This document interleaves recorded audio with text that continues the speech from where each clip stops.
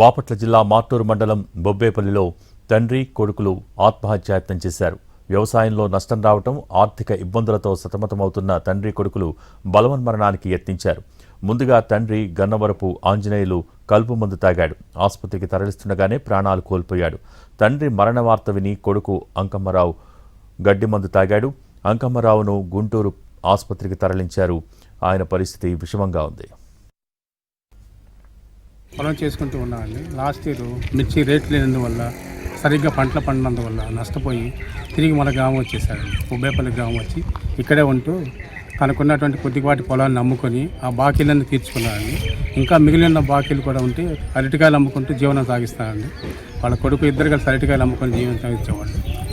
అంటే ఇంకా అప్పుల బాధ ఇంకా తాళలేక, ఉన్న బాకీలందరికీ చెల్లించలేక బాధపడి మనస్తాపంతో తను ఉన్న పొలం పోయి ఇంకా బాకీలు వాళ్ళు ఇబ్బంది పెట్టడం వల్ల తను ఇద్దరు కొడుకు ఇద్దరు మాట్లాడుకొని ఇక ఏది దిక్కుతోచని స్థితిలో ఉంటానికి సరైన గృహం కూడా లేక, అప్పుడు ఉండే గృహం కూడా బర్రెలు కట్టేసుకున్న సావుడండి.